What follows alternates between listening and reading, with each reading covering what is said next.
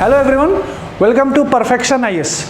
So today in this video, we'll discuss one mains question from GS1 which is a part of our ongoing Samarpan mains program, which is a 444 days rigorous answer writing program with prelims. So today in this video, we'll discuss one mains question from Khilafat movement and non-cooperation movement. First, let us see the question. So the question is, do you think Mahatma Gandhi's support to Khilafat movement has diluted his secular credentials? Give your arguments based on the evaluation of events. See, यहाँ पे question जैसे पूछा है कि जो महात्मा गांधी ने खिलाफत movement को नॉन कोऑपरेशन मूवमेंट के साथ जोड़ा था, तो क्या ये महात्मा गांधी का सेक्युलर क्रेडेंशियल को डाइल्यूट करता है? क्या वो कम सेक्युलर हो गए? तो यहाँ पे हमको दो तरफा आंसर देना है कि हमको एक चीज़ ये दिखाना है कि हाँ, कहीं ना कहीं ये डाइल्यूट किया था और उसको हम जस्टिफाई करेंगे, बिकॉज मेंस आंसर में कोई भी चीज़ हम लिख रहे हैं, we have to justify through events और थ्रू सम फैक्ट्स. सेकेंडली, हमको ये भी लिखना है कि नहीं, ये उनके सेक्युलर क्रेडेंशियल्स को जस्टिफाई नहीं करता या फिर डाइल्यूट नहीं करता है. सो टू पार्ट्स देने के बाद in the conclusion will write जो कि हमारा खुद का ओपिनियन है. Now this kind of questions requires a personal opinion, खास करके GS1 हिस्ट्री में उतना क्वेश्चंस नहीं है जहां पे पर्सनल ओपिनियन की जरूरत है, because it is more of a factual question, और काफी सारे फैक्चुअल क्वेश्चंस भी आते हैं और history is a factual subject. But when it comes to this kind of question जो कि यूपीएससी में पूछते भी हैं, एनालिसिस क्वेश्चंस में दो तरफा आंसर देने के बाद we have to give a personal opinion which should look hopeful and also pragmatic. It should not look a negative thing. ठीक है, आंसर देखते हैं पहले. सो यहाँ पे जैसे कि मैंने आंसर एक रफ आंसर बनाया है जो कि 250 वर्ड्स में वेरी इजीली लिखा जा सकता है. In this kind of question, first of all in intro, so intro में हम बेसिक रखेंगे. हम बताएंगे कि what is non cooperation movement, खिलाफत मूवमेंट. ठीक है, 1920 में हुआ था, अंडर गांधी, महात्मा गांधी के अंडर हुआ था, और यहीं पर ही दोनों का ऑब्जेक्टिव्स लिख देंगे. जैसे कि नॉन कोऑपरेशन मूवमेंट का जो ऑब्जेक्टिव था, it was against the Britishers. ठीक है, और जो खिलाफत मूवमेंट था उसका ऑब्जेक्टिव जो था ये इंटरनेशनल था. It has nothing to do directly with India. ये इंटरनेशनल ऑब्जेक्टिव था जो कि ऑटोमन एम्पायर टूट गया था, उसके ऊपर जो उनका जो कैलिफ था उसको एबोलिश किए थे, उसको हटा दिए थे, तो उसके खिलाफ ये मूवमेंट था. तो यही दो चीज हम इंट्रो में लिखेंगे. इंट्रो में यही दो चीज का ऑब्जेक्टिव्स लिखेंगे. फिर हम डायरेक्टली आएंगे एनालिसिस पे.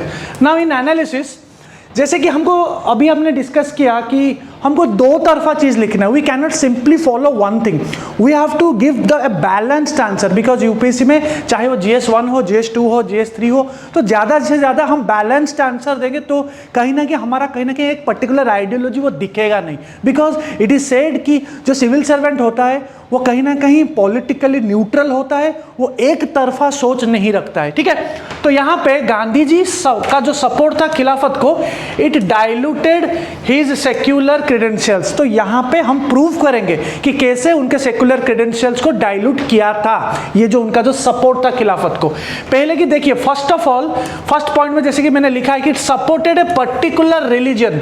यहाँ पे एक पर्टिकुलर रिलीजन, वो मुस्लिम को सपोर्ट कर रहे थे, और जब नेशनल मूवमेंट में एक पर्टिकुलर रिलीजन को आप सपोर्ट कर रहे हो तो कहीं ना कहीं आपका सेक्युलर क्रेडेंशियल्स डाइल्यूट होता है. बिकॉज सेक्युलरिज्म बोलते हैं कि equal treatment of all religions, but यहाँ पे एक ही रिलीजन को एक्सप्लिसिटली सपोर्ट किया जाता है. तो यहां से पता चलता है कि यस, कहीं ना कहीं आपका सेक्युलर क्रेडेंशियल्स डाइल्यूट हुआ है. सेकेंड पॉइंट, आप देखेंगे कि एनसीएम का और खिलाफत का जो ऑब्जेक्टिव्स है वो सेम नहीं है.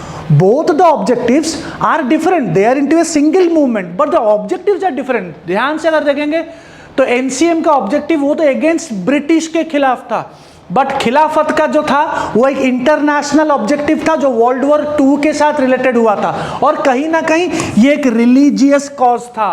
खिलाफत movement was more of a religious cause, but NCM was not a religious cause. It was against a particular administration जो ब्रिटिश कॉलोनियलिज्म है उनके खिलाफ था. ठीक है, तो कहीं ना कहीं डिफरेंट ऑब्जेक्टिव्स है, तो ये भी कहीं ना कहीं डाइल्यूट कर रहा है उनका secular credentials. On the main thing is यहाँ पे डिफरेंट ऑब्जेक्टिव्स, ये एक pan India concept, NCM was a pan India concept when every religion play A part, सब सारे के सारे religion were very much A part of non cooperation movement. और वहां पे अगर हम किसी और चीज ला रहे हैं जिनका एक रिलीजियस इश्यू है तो कहीं ना कहीं सेकुलर क्रेडेंशियल्स डाइल्यूट हो रहा है। थर्ड, इसी के वजह से उसका एक इफेक्ट दिखा था उसी साल 1921 में मोपला रेबेलियन, जहां पे बहुत हिंदू मुस्लिम राइट्स और प्रॉब्लम हुई थी। तो यहाँ पे भी उसी के वजह से, नॉन कोऑपरेशन मूवमेंट और खिलाफत के वजह से मोपला रेबेलियन 1921 में हुआ था। तो ये पॉइंट में भी हम कहीं ना कहीं इंटर कनेक्शन ला सकते हैं कि उनका सेक्युलर क्रेडेंशियल्स डाइल्यूट हुआ था।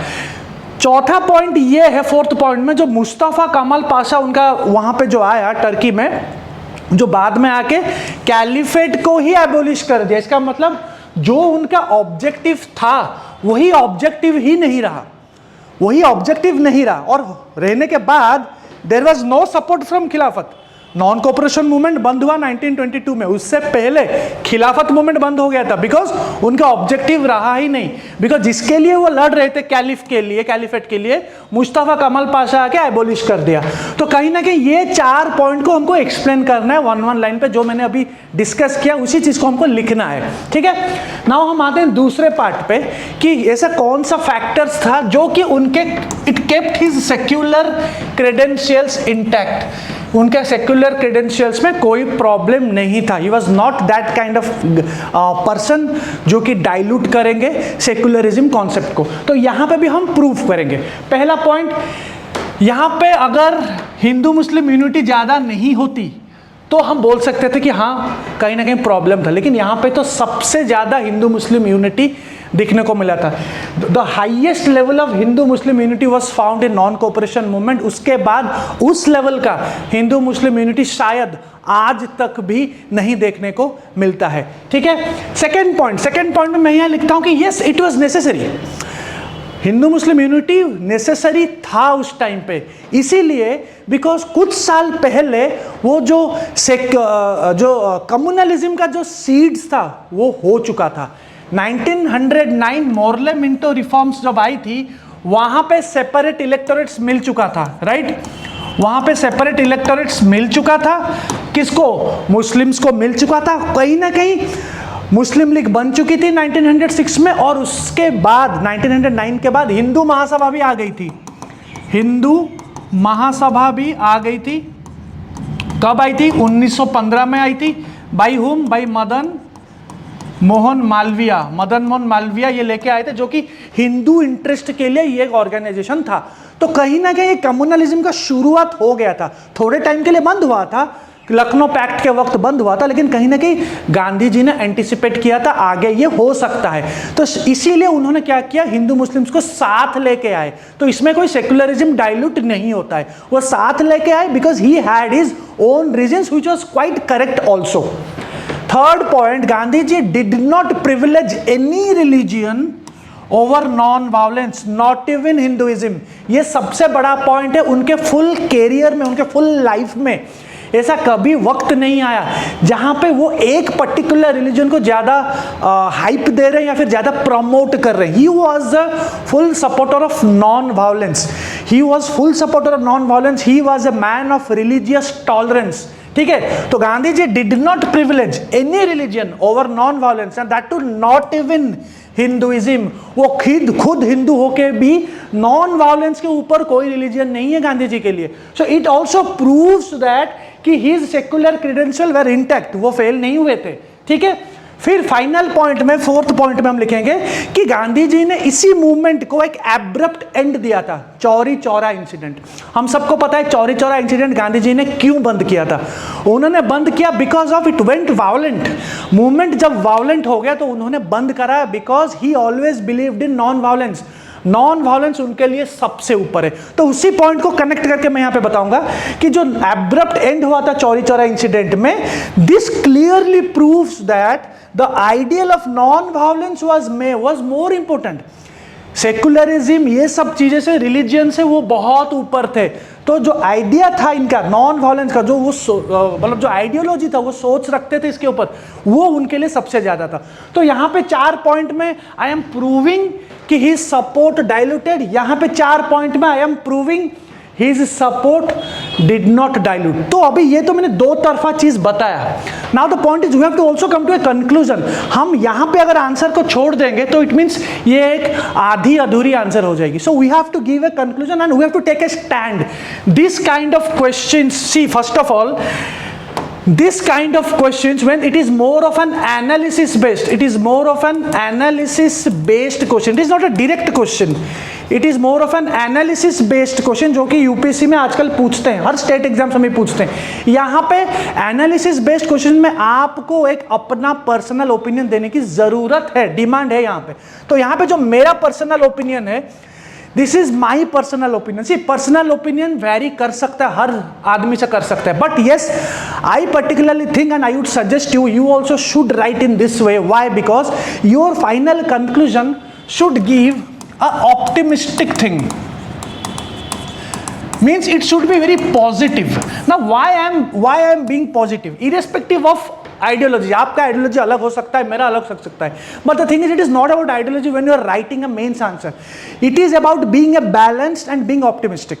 ठीक है, तो यहाँ पे गांधी जी आज के डेट में बहुत जन गांधी जी को हेट करते हैं, बहुत जन प्यार करते हैं, but the reality is he is our father of the nation. वो हमारे फादर ऑफ द नेशन है, तो हम उसी बेस पे ही आंसर को लिखना है। ठीक है, तो यहाँ पे जैसे कि मैंने लिखा है कंक्लूजन में, Gandhi ji was a pragmatic leader. He was a pragmatic leader known for his religious tolerance. He was a believer of religious tolerance. He always tried for Hindu-Muslim unity till his last breath. मरने तक, आखिर तक वो Hindu Muslim unity चाहते थे। So being a statesman, he took NCM as an opportunity to unite Hindus and Muslims. तो उन्होंने इस मौके को, मैं ये नहीं बोलूँगा मौके का फ़ायदा उठाया, उन्होंने उस मौके को एज एन अपॉर्चुनिटी लिया कि हिंदू और मुस्लिम साथ आ जाए और हमको आज़ादी मिल जाए उसी वक्त। और उन्होंने बोला भी था कि आप लोग साथ आ जाओ, मुझे 1 साल दो, 1 साल में मैं आज़ादी दिला सकता हूँ। अनफॉर्चुनेटली वो हुआ नहीं तो हमारा हिस्ट्री कुछ और होता। So this is how you right answer that to fully you are satisfying the demand of the question.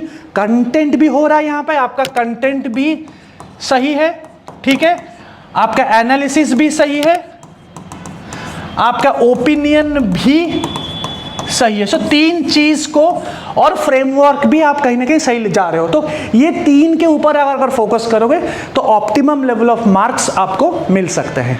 So that's it for today, thank you.